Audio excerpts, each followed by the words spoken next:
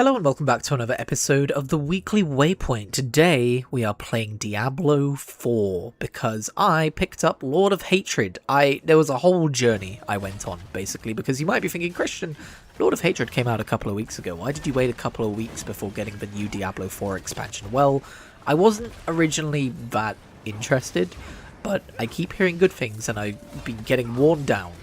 And you can combine that with the fact that I decided I'm not going to get Forza Horizon 6 after all, at least not on launch, just because while I do think it looks really good and I do want it, I don't feel like I have a need for it, you know? Like, I can just go play Forza Horizon 3, 4 or 5 if I want to experience some of that kind of gameplay. I've been watching reviews of it, and again, like I said, it looks really good, but it also does look like more of the same in a location I really want to be in, but I can wait is basically what it boils down to. And so I realised, hang on a minute, I freed up disk space for an imminent Forza Horizon 6 download. That's not going to happen now. And I've got some, money I set aside to spend on this game that I'm not going to spend now. So I could theoretically reinstall Diablo 4. And then upon doing that and playing it for like 5 minutes, I went, I'll pick up the expansion because I keep hearing good things and I'm enjoying the game. Now, to be very clear, what you're watching right now, it is the new Paladin class from a new expansion, but it is base game Diablo 4 stuff. And what I'm going to be talking about today is going to be base game Diablo 4 stuff in the current iteration of the game, because that is what I have played so far. I decided to play through the campaign from the very beginning because I have forgotten a lot since I first played it back in 2023, I want to say, and I remember enjoying it a decent amount, and I want to see, it's a good kind of temperature check of how the game has changed, playing through familiar stuff, and seeing how the systems have changed and stuff like that. And so I was worried a little bit that it would feel like, I'm just retreading old ground, and I might get impatient and just want to start Lord of Hatred. Thing is, that option was open to me at any time, because you're allowed to change campaign states and you're allowed to just start from Lord of Hatred no matter what, so that's nice. But I actually stuck with it, and I'm really glad I did, because I had such a good time replaying the base game story. And I feel like to talk about it, I'm going to have to give you a very quick rundown of my previous opinions on Diablo 4 from, I guess, 1.0 when it first came out. Because I played through the story from start to finish back then on a sorcerer, and I went in very excited for a sequel to Diablo 3. And this game is not a sequel to Diablo 3, and that really hampered my appreciation of the story at the time. I spent the entire time going, okay, this is cool, but when are we going to address the end of Reaper of Souls? When are we going to address the fact that, there's been a 50-year time gap between 3 and 4? When are we going to talk about what happened? When are we going to talk about why the primevals are back and all that stuff? And because Diablo 3 was my first Diablo game, and it is the one I loved the most, and I did start that game post Reaper of Souls, so that probably helps. I am a big Diablo 3 fan, and so there was stuff about just the aesthetic of Diablo 4 as well, where I'm like, I appreciate dark, realistic, gothic art. It looks gorgeous, but I was kind of hoping for more of a dark fantasy story, and this is more of like a hardcore, gothic, grimdark fantasy aesthetic, which is still really cool and fun, but I would rather be spending more of my time in what I was used to in Diablo 3. I've kind of flipped on that in this playthrough. I don't know if it's just where I'm at now personally, or if it's just everything else that's falling into place that's allowing me to appreciate this. But yeah, what I'm getting around to saying here is, I assume this is called 3.0, right? This 3.0 version of the game really allows what the original intentions with the base story are to shine. Because yes, while it's obviously still the same base story, right, we're still avoiding all mention of Diablo 3 because, shrug, the writers didn't like it, I guess. I know that now. I know to expect that, and so I'm able to actually appreciate the Diablo 4 story for what it is. And it's legitimately so good. I love all of the different characters, you know, their motivations make sense, the different plot threads entangle together towards the end really well, you know, the different factions and all of that stuff. It's just a well-written story, in my opinion. And the highlight, and I did say this on my original playthrough as well, but the highlight for me, and don't worry, I'm not going to give spoilers if you haven't played it, the highlight for me is easily Act 2 and Skosklen, and I've realised I think just Donan in general is my favourite character in the base game story. The voice actor is phenomenal, and yeah, it's really well told. And here's the thing that I think hampered me gameplay-wise from enjoying it this much the first time around. Diablo 4 1.0 had a weird difficulty curve where, like, you know, you're playing a Diablo game, you know that the stronger you get, you know, you should incrementally increase the difficulty as you go because you're getting strong enough to take on those difficulties. Difficulty in Diablo games isn't really a matter of skill, it's more a matter of gear. And I remember about halfway through the campaign in 1.0, I was increasing the difficulty and then I stopped because I was like, enemies are starting to take a very long time to kill, and then I had to start decreasing the difficulty, and I ran into this weird difficulty scaling problem where the game just became a slog, and it really hampered the pacing of the story because I wanted to see what was going to happen next, and I was like wading through the swamps of Hawazar and just being like, man, everything is taking so long to die. And looking back, maybe it's because I was supposed to go back and upgrade my equipment more frequently than I actually did and stuff like that, but that's all been revamped now, and the difficulty, I guess, like, progression is a lot more of what I'm used to from Diablo 3, where you don't really have to think about it too much, you just become incrementally more powerful, at least in the non-torment difficulties, right? You don't have to think about it too much.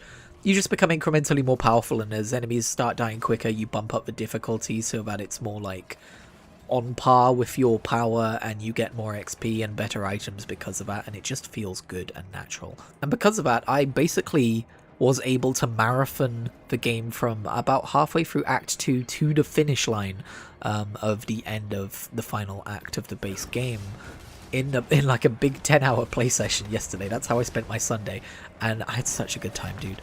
I'm loving Diablo as much as I ever have, and that's a big deal coming from someone who has constantly felt like Diablo 4 has let them down as a Diablo 3 fan. So yeah, I'm really enjoying this. I'm gonna go through to Vessel of Hatred now. For context, when Vessel of Hatred came out, I did pick it up, and I played about half of the campaign, it felt like, and it wasn't vibing with me. I was having the same difficulty scaling issues, and I just kind of dropped it and never came back to it. So yeah, I don't know how I'm going to feel about Vessel of Hatred. It has a bit of a reputation for being poorly written, and people don't like it as much, but I'm currently having a really good time, and you know, hopefully I can play through Vessel of Hatred and reach Lord of Hatred today, because I'm really excited to see Skovos and that kind of ancient Greek style zone looking thing that they've made, which is exciting considering one of my most anticipated games this year is Titan Quest 2, you know, like, I love me some grimdark gothic fantasy, but it's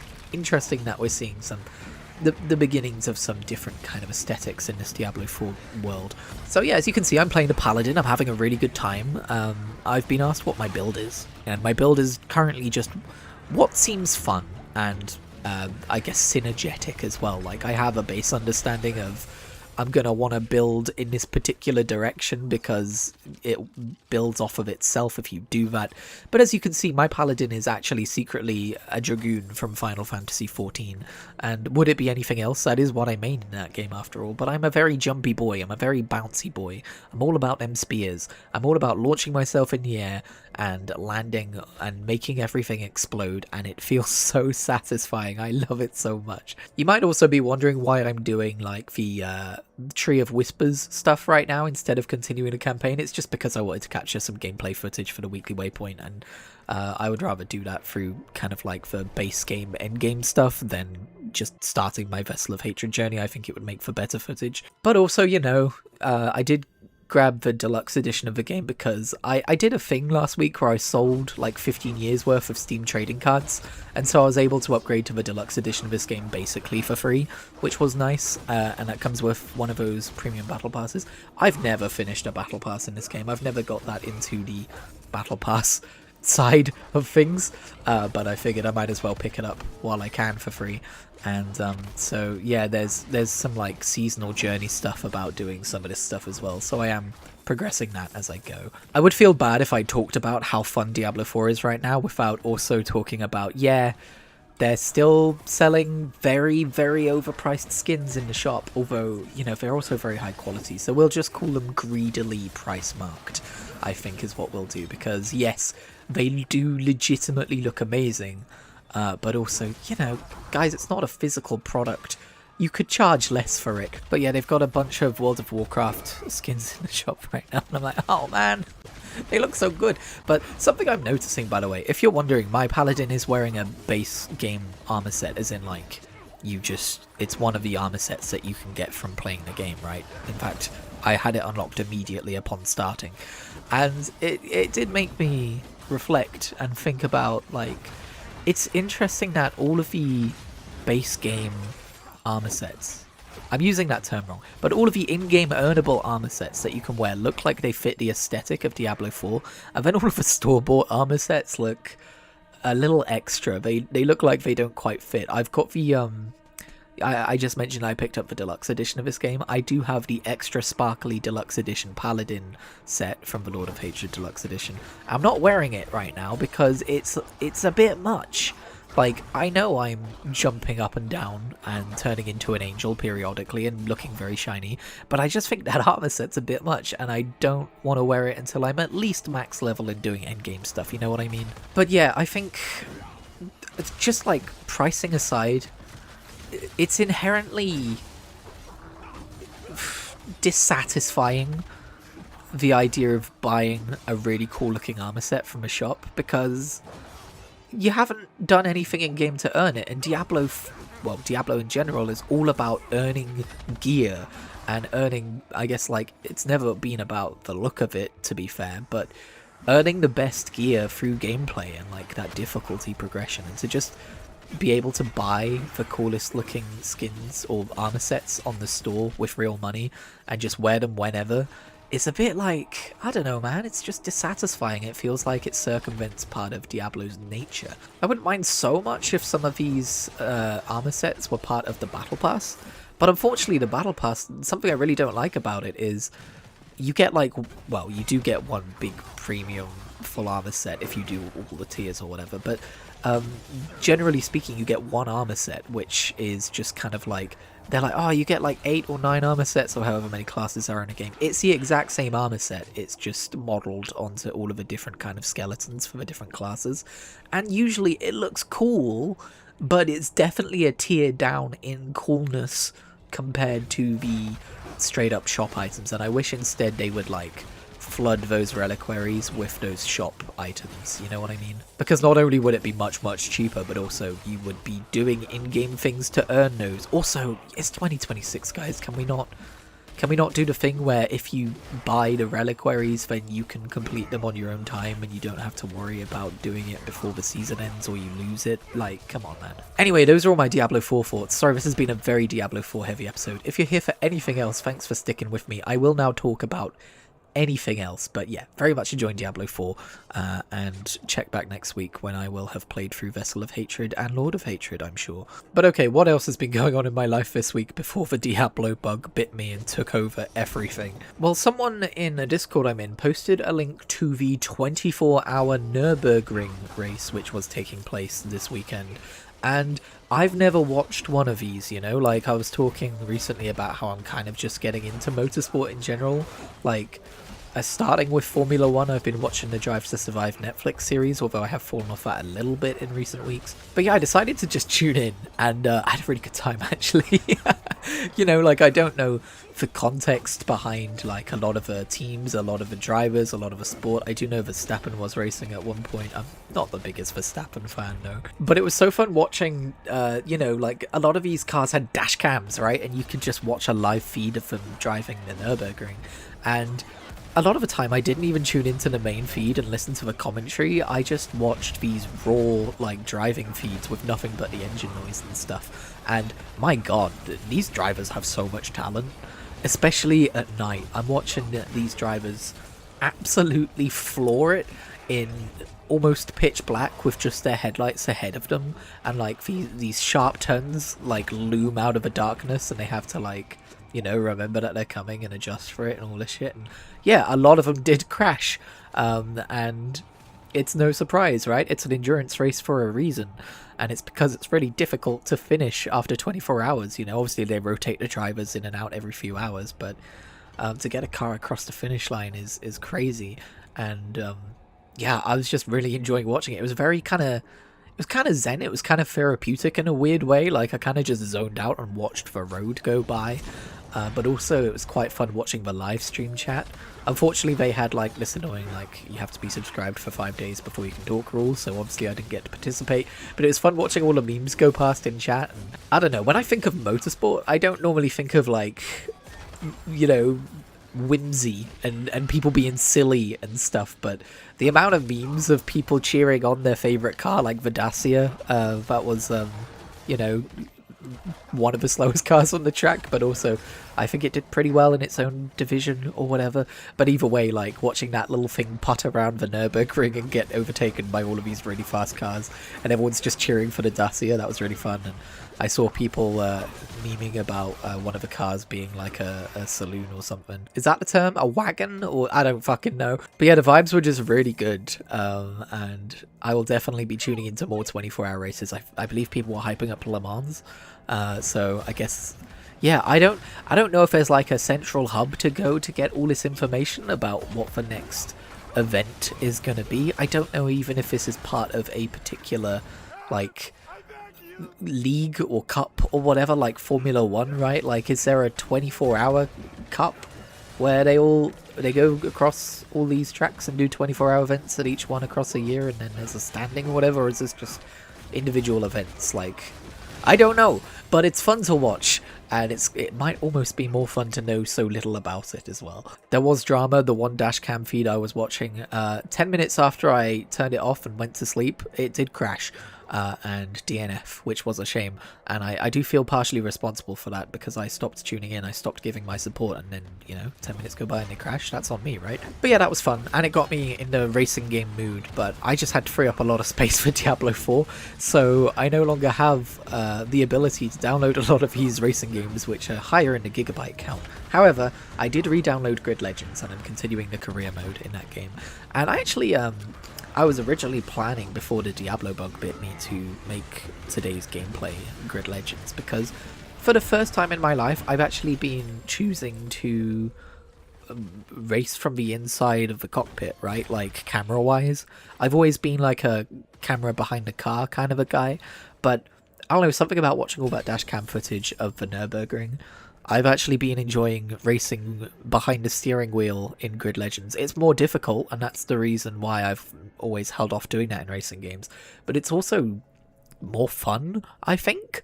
Like, yeah, it turns out when you make these games more difficult, you also make them more fun.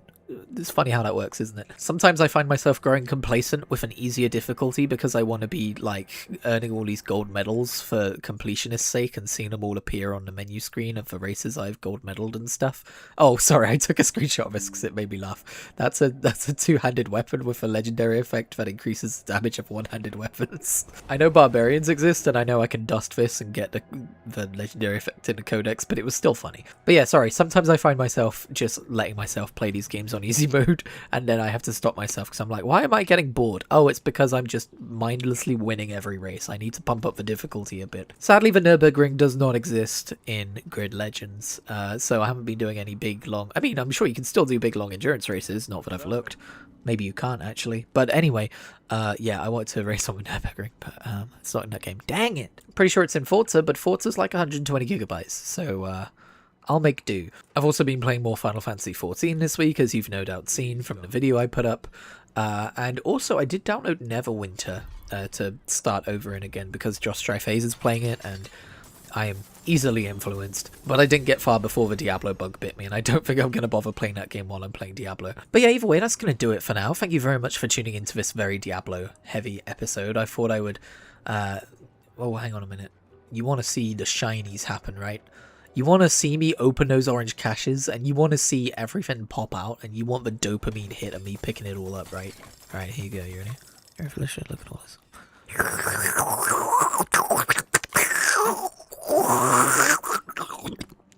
Delicious loot. And that, my friends, is why we play Diablo. Anyway, if you haven't fled in terror, please leave a like and subscribe and stick around for more. Other than that, I'll catch you in whatever I make next. Oh, and bonus clip.